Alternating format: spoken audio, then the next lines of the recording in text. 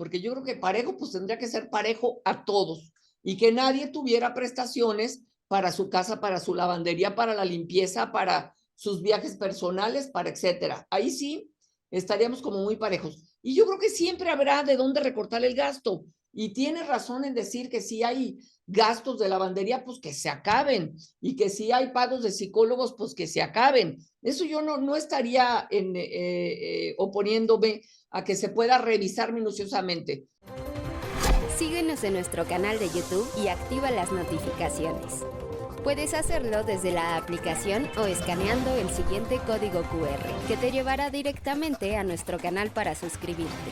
Mantente informado sobre los acontecimientos más importantes a nivel local, nacional e internacional. Y accede a nuestras secciones de análisis y opinión, con periodismo de calidad del día a día. Recuerda darle me gusta y compartir a nuestros contenidos.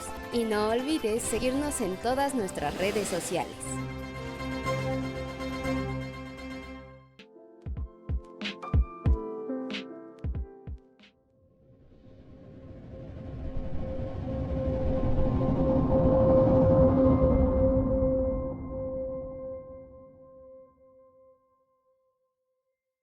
Buenas noches, les doy la bienvenida al programa Las Reporteras que la Jornada de Oriente difunde en sus redes sociales. Este lunes 5 de diciembre tenemos como invitada a la diputada federal del PAN, Ana Teresa Aranda Orozco, para hablar de la reforma electoral, esta reforma constitucional que envió el presidente del país, Andrés Manuel López Obrador, y que no tuvo una buena recibida entre los integrantes de la oposición, grupo político en el que Ana Tere se encuentra, por supuesto. Te doy la bienvenida, Ana Tere, ¿cómo estás? Muy bien, muy buenas noches, Moni. Aquí a las órdenes. Gracias por estar en el programa, Ana Tere, para compartirnos tu perspectiva, tu visión sobre esta discusión que se ha dado a nivel nacional en cuanto a la reforma electoral, que ha meritado marchas a nivel nacional a favor y en contra, y que ha sido un tema muy interesante que se ha discutido como parte de la agenda pública. Mañana, al parecer, se volverá a intentar someter a votación este proyecto. Cuéntanos, ¿en qué va? ¿En qué etapa va del proceso legislativo? Bueno, pues exactamente el dictamen está. Acuérdate que el presidente habló hace meses de mandar una propuesta a la Cámara de Diputados. Se hizo un parlamento, se hicieron mesas de trabajo, participaron muchísimas comisiones. Había más de 120 diputados trabajando en comisiones. Según esto, trayendo todas las iniciativas presentadas desde la última reforma de 2014, trayéndolas a la mesa para ver cómo podría complementarse la iniciativa del presidente. Todo fue una farsa, como todo lo que hace Morena, porque finalmente al dictamen, que desde luego aprobó la mayoría en comisiones, la mayoría es de Morena y de sus partidos aliados, no le cambiaron ni una coma. O sea, el dictamen quedó tal como lo quería el presidente. Y bueno, ¿cuáles son las cosas que dijéramos son los temas principales de esa reforma? Por un lado, el presidente dice, hay que garantizar que no vuelva a haber fraudes electorales y para eso hay que quitar este instituto que es muy caro y hay que abaratar la democracia. Y pareciera sonar como interesante, ¿no? El tema de, a ver, ciudadano, te voy a dar la oportunidad de votar por tus consejeros, porque hay un pleito clarísimo entre el presidente y sobre todo Lorenzo Córdoba y Ciro Murayama, que son dos de los consejeros, dijéramos, con principal función en el Instituto Nacional Electoral.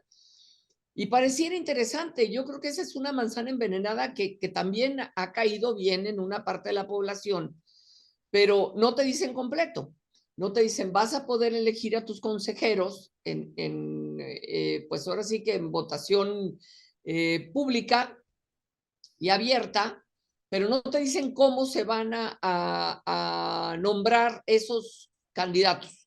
Y entonces el presidente dice, 20 los pongo yo, 20 los pone el Congreso por mayoría simple, o sea, Morena, ahí ya llevas 40 de los propuestos serían del presidente, y otros 20 serían de la Suprema Corte de Justicia, y esos otros 20, pues sabemos que el presidente tiene más del 70% de los votos en la Suprema Corte, entonces de los 60 55 serían del presidente.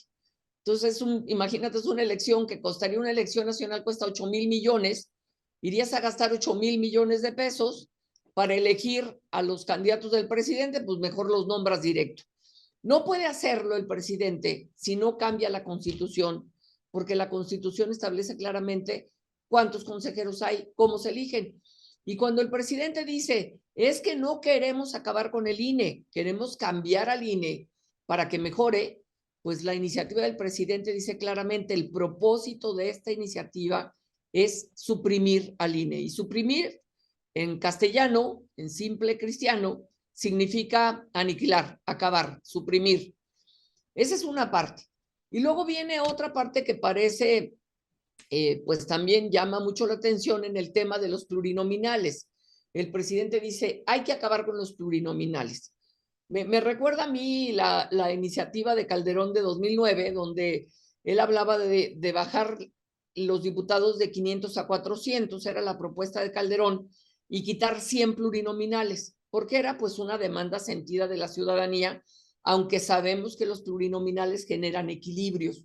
Partidos que no tuvieron mayorías o que tuvieron menos mayorías que los partidos fuertes, acceden a la Cámara y tienen una visión que complementa. Pero ahí Calderón decía que bajen de 200 a 100.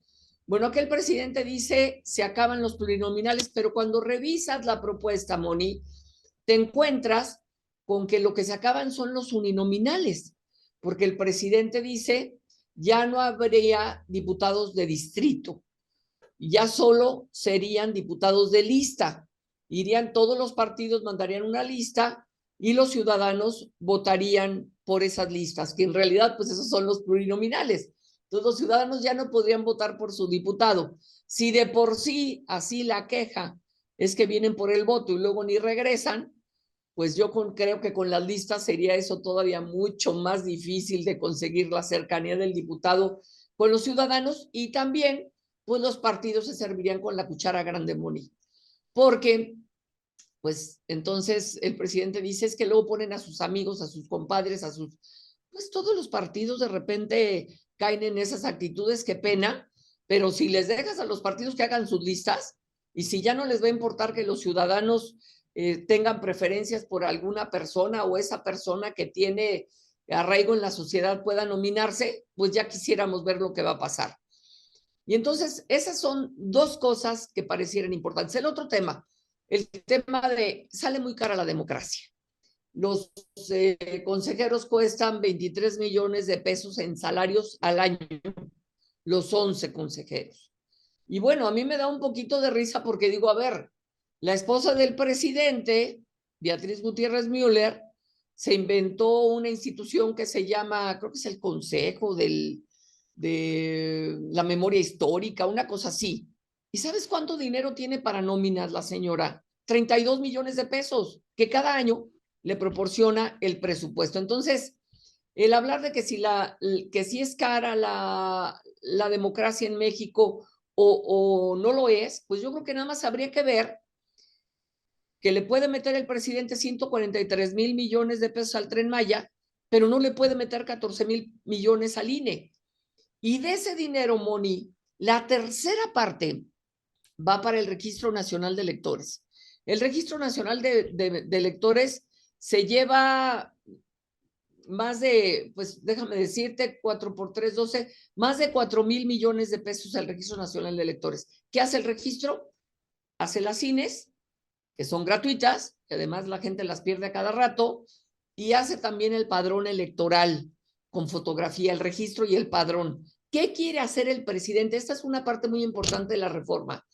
Quiere quitarle al INE el manejo del padrón electoral y de las credenciales. Se lo quieren llevar a gobernación. Y Moni, tú eres muy joven, no tienes por qué saberlo, pero eres estudiosa y seguramente lo sabes, que en este país pasamos décadas en donde no podíamos tener confianza en las elecciones, donde no había padrón con fotografía, no había padrón incluso que confiable, no había credencial, votábamos con un papelito bond color verde que podías comprar el papel en cualquier lugar y imprimir tu boletita electoral. no había urnas transparentes, los ciudadanos no cuidaban las elecciones, eran los tiempos de Bartlett. Hoy vuelven a ser los tiempos de Bartlett porque es quien manda en muchas de las cosas del presidente. Pero todo esto que hemos construido, no el PAN, no sería muy abusivo y soberbio decir que el PAN construyó la democracia de este país. Contribuimos, sí. A mí me tocaron marchas, manifestaciones, plantones, una insistencia de años para poder conseguir estos avances. Pero fueron muchos mexicanos, desde muchas trincheras, desde muchos, pues ahora sí que espacios profesionales, sociales, académicos y políticos los que logramos tener una democracia funcional, que tiene sus errores, que se puede mejorar ciertamente, pero pues hoy lo que están tratando y uno se pregunta, como por qué el presidente quiere destruir la escalera por la que subió al poder. ¿Quién destruye una escalera eficiente? Pues puede ser para que nadie suba o para quedarse arriba. Ana Tere, hablando del tema de los recursos que se destinan al Instituto Nacional Electoral, tú bien comentas que hay un sentir ciudadano que coincide en la necesidad de hacer más economías a la hora de organizar elecciones.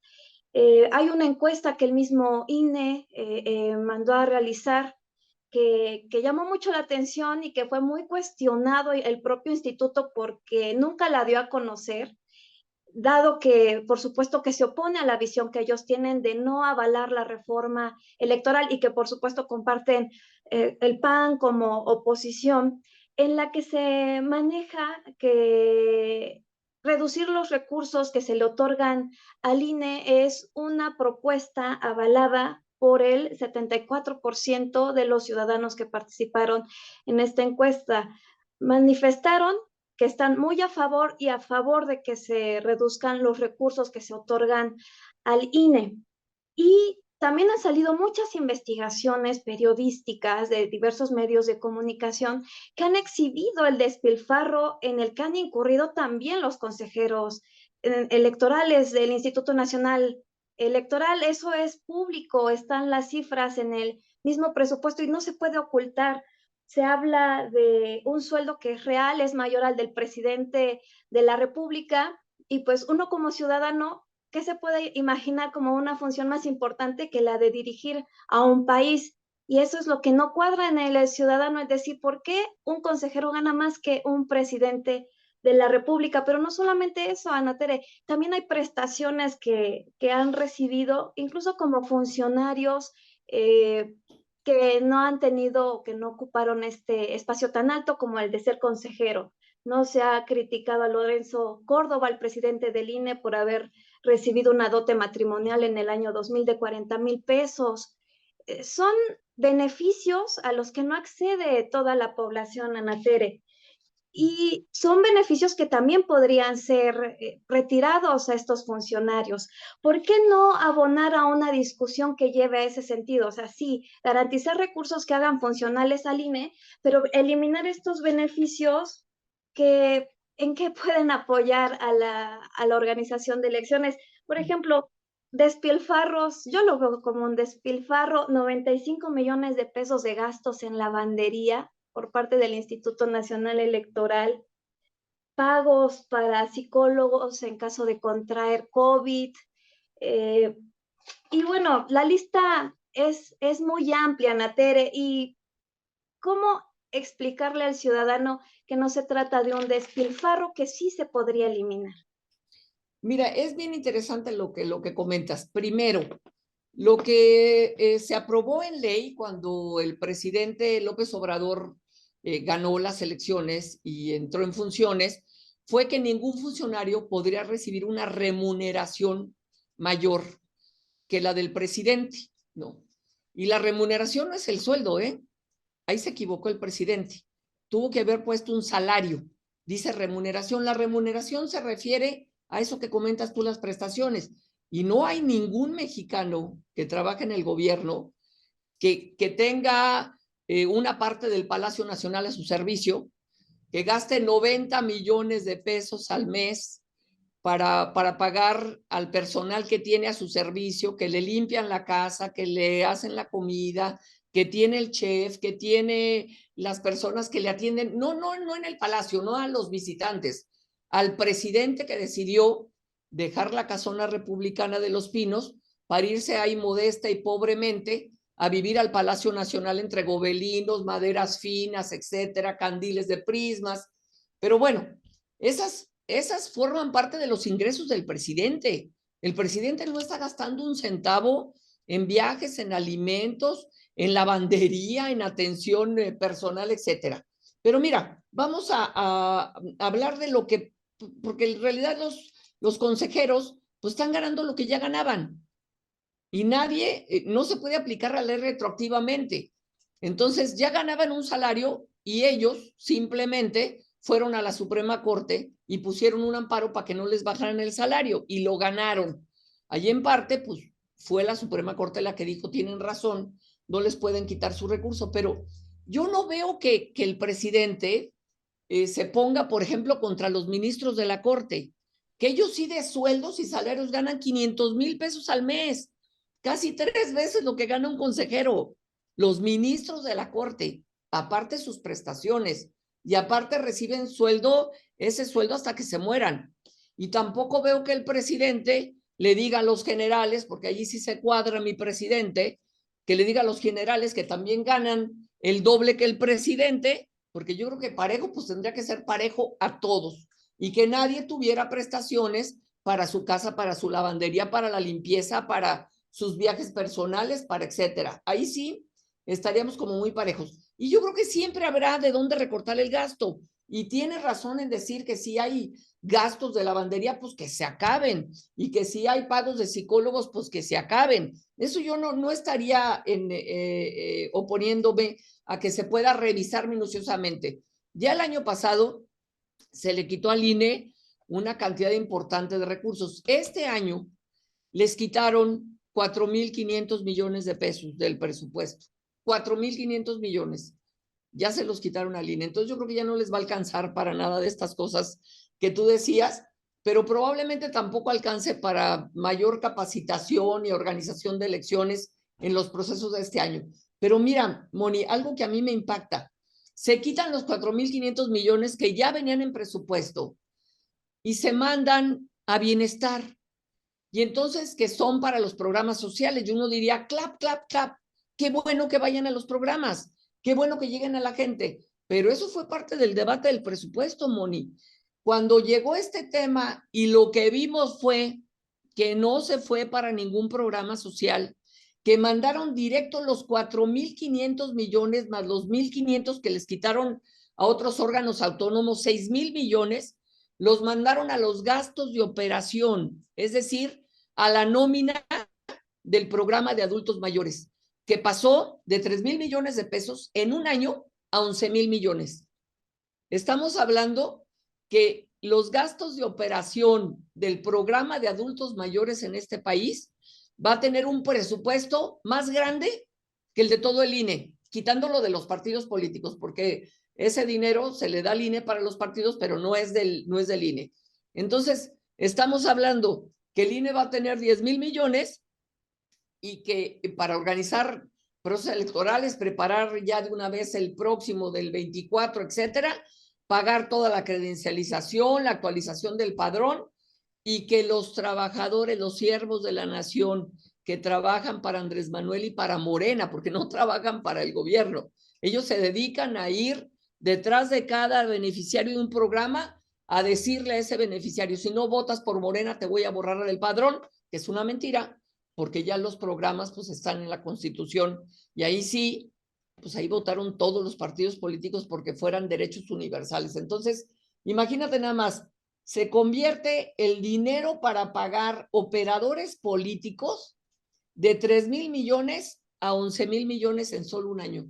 Creció el 400%. Entonces yo digo, sí, está bien, vamos a ahorrar, pero si me voy a gastar, como se gastaron el año pasado, más de 4,000 millones en mejorar estadios de béisbol y hacer unos nuevos, y me duele gastar en la democracia, con todo y que puedes tener razón en gastos que deberían de suprimirse, pues entonces como que no hay. Yo te decía hace rato, 143,000 millones este año que viene para el Tren Maya y chillo por los 10,000 millones del INE. Entonces, no hay pues una comparación entre dónde sí quiero y dónde no quiero el recorte. Hay lugares que parecen intocables, que se dice esto sí, no se puede tocar, y hay lugares que hay el ánimo, pues sí, digo, en este argumento de a ver cómo les quitamos la lana, y acabamos con las funciones del INE, porque eso es lo que se pretende, que el INE se convierta en una accesoria de gobernación y que desde ahí se organicen las elecciones, como lo hizo el PRI durante 70 años, cuando las elecciones eran un mero trámite, cuando ibas a votar y pues realmente lo que pasaba es que tu voto ni contaba ni se contaba. Pero tú mencionabas algo que es bien interesante. Estabas comentando con respecto al INE y al presupuesto y al tema de cómo le vamos a hacer los mexicanos que queremos más, y esa encuesta que había sacado el INE, que por cierto yo sí la vi en el portal del INE, estuvo puesta en el portal del INE desde que se sacó esa encuesta. Y pues sí, yo te digo, si a mí alguien me hubiera hablado para preguntarme, oye, ¿quieres que se ahorre dinero en elecciones? Pues yo también digo que sí. Oye, ¿quieres elegir a los consejeros? Yo también digo que sí. Oye, ¿quieres? Pues claro, a eso todo mundo vamos a responder que sí, pero que te digan cómo lo quieren lograr y entonces pues habrá que ver. Digo, la muestra de que los ciudadanos quieren que el INE se mantenga es que fueron cientos de miles de ciudadanos en más de 50 ciudades de la República a defenderlo. El INE en los hechos se mantendría. Obviamente, la organización que es responsable de llevar a cabo las elecciones, de arbitrar los procesos electorales, eso no va a desaparecer. La propuesta de la reforma electoral no contempla la desaparición del INE, simplemente contempla la transformación de este instituto en otro organismo que cumpliría con esta función de organizar elecciones. Al menos eso es lo que se puede leer en la propuesta de esta reforma electoral. Y como tú bien dices, Ana Tere, son preguntas que en esta encuesta que se realizó que van a tener una respuesta favorable a la transformación, como tú lo mencionabas, el reducir los recursos al INE, el reducir el número de diputados en general y de senadores, pero me parece que es un reclamo que no se está atendiendo en el Congreso de la Unión. La oposición se ha cerrado por completo a impulsar una reforma electoral de gran calado. Simplemente han dicho, no, esta reforma no la queremos. Aunque hay un respaldo ciudadano a que sí haya un cambio de fondo en el sistema electoral, han dicho ustedes que no, y no se ha visto que ambos, el partido en el poder, Morena, y la oposición, se sienten a dialogar y decir, ok, esto no me parece de tu reforma, el hecho de que todos los diputados sean electos a través de una lista que definan los partidos, pero sí tenemos que reducir el número de diputados y de senadores. Eso no se ha visto y yo creo que también es algo que le deben a la ciudadanía. ¿Por qué no dejar esa postura de decir un no rotundo a avanzar a acuerdos, a pasar estos acuerdos que beneficien al final a todos como integrantes de un país? Bueno, Moni, mira, esto que comentas es importante, pero sí hubo discusión. Fueron 2 meses de mesas, de mesas de discusión en la Cámara. Fueron 2 meses de sacar absolutamente todas las propuestas. Fueron 2 meses en que algunos creían, yo de verdad, pues ya estoy muy grande para creer esas triquiñuelas, creían que algo se podría hacer. Pero cuando ves que el presidente saca su dictamen o las comisiones unidas idéntico a lo que mandó el presidente, cuando nada de lo que se discutió en 2 meses sirvió, cuando el tema de la segunda vuelta electoral, cuando el tema simple y sencillamente no se discutió y no pasó en el dictamen final, pues te queda claro que pues todo esto acaba siendo un engaño y que bueno, pues Morena no tiene los votos para poder sacar la reforma constitucional, no le alcanza. Ahora, ¿por qué dices, por qué cerrarse? Mira, nos quedó claro que ellos no tienen ningún deseo de abrirse, porque lo hubieran hecho en las comisiones, si hubiera construido un dictamen distinto. Pero te decía yo, vámonos a la letra de la reforma. Tú investiga, allí tienes tu diccionario. ¿Qué es suprimir?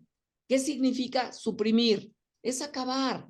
La propuesta dice, el objetivo de esta iniciativa es suprimir al INE. Suprimir al INE. Sí, como dices tú, transformarlo en un Instituto Nacional de Elecciones y Consultas, que ahora se llamaría así, pero le quitas todo el carácter que tiene de organismo autónomo, porque te digo, si vas a nombrar a los consejeros, que en un 90% los va a mandar el presidente, pues ya tienes una garantía de que va a ser un instituto a modo. Si le vas a quitar al instituto el manejo del padrón y allí lo dice claramente, se lo vas a entregar a gobernación. El manejo del padrón, pues es dijéramos que el instrumento primigenio, lo más importante, podríamos decir que es el meollo del asunto, porque si vamos a volver al tiempo en el que nos borraban del padrón, había el rasurado de padrón, las credenciales no llegaban o no se entregaban, etcétera, pues entonces ya no tienen sentido las elecciones. Va a ser el gobierno organizando las elecciones y eso preocupa. Y va más allá, porque todavía habla de la supresión de los soples, se acabarían todos los organismos locales, se acabarían los tribunales locales electorales, que también tienen un costo, ciertamente, para la República, pero yo no me imagino un instituto disminuido con una carga de trabajo como la que significa, digo, nomás hay que meterse tantito al INE para saber lo que implica ya los soples, que a veces los soples, pues los hemos visto muy manejados y muy manoseados por los gobernadores, porque el dinero de los soples es dinero de los gobiernos estatales, pero la mayoría de ellos funcionan más o menos adecuadamente y resuelven la problemática. Si vamos a dejar que un solo organismo controle todo esto, no la vamos a hacer definitivamente. Y te digo, cuando te pones a ver qué cuesta más, qué cuesta menos, pues yo creo que todavía habrá muchas cosas en las que podríamos meter tijera y meterla a tiempo y desde luego hacer más eficiente al INE. Lo tendremos que hacer más eficiente, aunque todas las encuestas, también hay que decirlo, la calificación del INE pues es mucho mejor que la de muchísimas otras instituciones. ¿Sí? Los partidos políticos andamos pobretones de apoyo, pero el INE anda bien posicionado y bien calificado. Ana Tere, ahora hablemos del plan B. Ignacio Mier, el coordinador de la bancada de Morena, ha dado algunas luces sobre esta propuesta que enviará el presidente, dado que no tiene los votos Morena para garantizar esta reforma constitucional que está impulsando Andrés Manuel. El plan B, de acuerdo con lo que ha dicho el coordinador de la bancada de Morena, es evitar esta duplicidad de funciones que existe entre el INE y los soples, ¿no? Que son estos organismos públicos locales que se encargan de organizar los procesos estatales para la selección de cargos de elección popular locales. Ellos aseguran que existe duplicidad de funciones y que en esta reconfiguración de responsabilidades y una buena distribución de tareas entre estos organismos se podrían ahorrar 3,000 millones de pesos al año. En este caso, que ya no involucra nada de modificar el proceso de selección de los consejeros ni de reducir el número de legisladores bajo esta propuesta que impulsa el presidente de impulsar listas estatales de candidatos, la oposición podría sumarse a este proyecto y, por supuesto, abonar con sus iniciativas propias. Pues mira, vaya, todo, la verdad es que siempre hay que estar abiertos a dialogar y siempre hay que estar abiertos a discutir. Los mensajes que nos manda el gobierno siempre son muy complicados porque en los hechos pues queda demostrado que no cambia ni una coma de las órdenes del presidente. Y bueno, quizá don Ignacio Mier no leyó muy bien la propuesta. Sería como extraño, ¿verdad? Porque es el presidente tengo entendido que es el de la Jucopo. Sí, de tengo la entendido. Junta de Coordinación Política de la Cámara de Nachito Diputados. es el presidente. Bueno, ahí el tema cuando Nachito dice es que hay duplicidad de funciones, pues no hay duplicidad, porque las elecciones locales las organizan los organismos locales y las federales las organiza el organismo federal. Que habrá cosas que se puedan mejorar, yo no lo dudo. Ahora, ¿qué puede venir en ese plan B? Porque pues aquí estamos como en el tema de de regresar al kinder y entonces me quitas la paleta y yo mañana te hago una pataleta y se arma un berrinche y yo hago una marcha y vamos pidiendo que el INE no se toque, pero luego el presidente hace otra y que nos cuesta 1,500 millones de pesos a los mexicanos en su acarreo para aplaudirle al presidente. Allí no hay manera de ahorrar. Esos 1,500 millones que pudieron haber sido para medicamentos, para quimioterapias, para temas sociales, pues no se gastaron, para refugios, para escuelas de tiempo completo. Se gastaron en una marcha para aplaudir al presidente. Vamos a dejarlo ahí. Pero el tema es, esa ley secundaria, que no la conocemos, porque aparte la están guardando debajo de la manga, no sabemos ni qué chiflaos dice. Puede pasar como en la reforma electoral, porque ya tuvimos experiencia. Votamos en contra de la reforma electoral, citaron al día siguiente a una reforma de ley general para que el país se convirtiera en dueño de litio. Un poco de, ya me madreaste ayer, ahora vas a ver cómo yo te gano en la general. Cuando el país ya es dueño de litio, cuando en la Constitución dice que el litio es del país, es de la nación, pero hicimos una ley general donde el presidente construyó una empresa porque ahora van a ir a sacar litio, que ya sabemos que todo eso es un asunto que podemos comentar aparte, y bueno, y luego hacen una ley secundaria, que también la aprueban por mayoría, que contiene temas constitucionales que no podían haber tocado. Y entonces, claro, la votan por mayoría, pero como tiene inconstitucionalidad, nosotros metemos la controversia y pues Saldívar hace la fiesta, ¿no? Porque el presidente de la Suprema Corte dice, pues no se discute.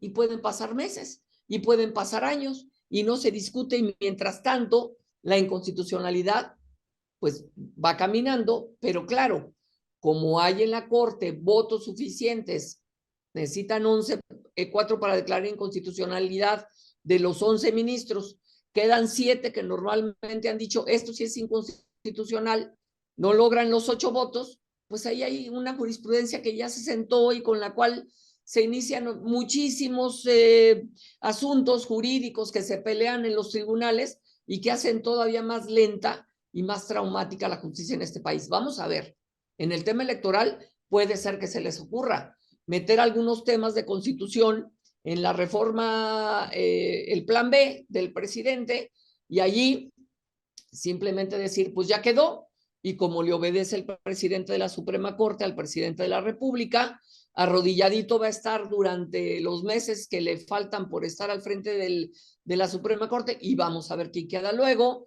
Pues esas cosas, sí, nomás se van a convertir en asuntos para judicializar. Ana Tere, te agradezco mucho tu participación en el programa. Gracias por compartirme tu visión sobre esta reforma electoral, esta discusión que pudimos abrir sobre la propuesta de la reforma constitucional y el plan B. La Jornada de Oriente va a seguir de cerca este debate porque es muy interesante y es de interés público. Al final, lo que se determina en la Cámara de Diputados pues va a impactar en la elección del 2024, en la que se van a renovar todos los cargos de elección popular. De ahí la importancia. Así que gracias por tu participación. Muchísimas gracias, Moni, y muchas gracias a la Jornada de Oriente. Gracias también a todos los que siguieron la transmisión. Me despido este lunes.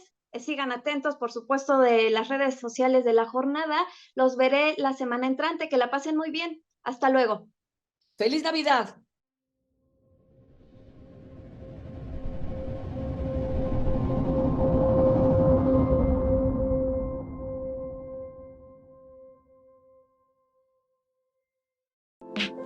Ahora ya nos puedes encontrar en Telegram. Solo tienes que descargar la aplicación de mensajería Telegram en la tienda digital de tu dispositivo móvil. Busca la Jornada de Oriente y selecciona Unirse al canal. O también puedes escanear con la cámara de tu celular el siguiente código QR, que te llevará directamente a nuestro canal para suscribirte. Mantente informado a lo largo del día con las noticias más relevantes de Puebla y no olvides también seguirnos en todas nuestras redes para más contenido.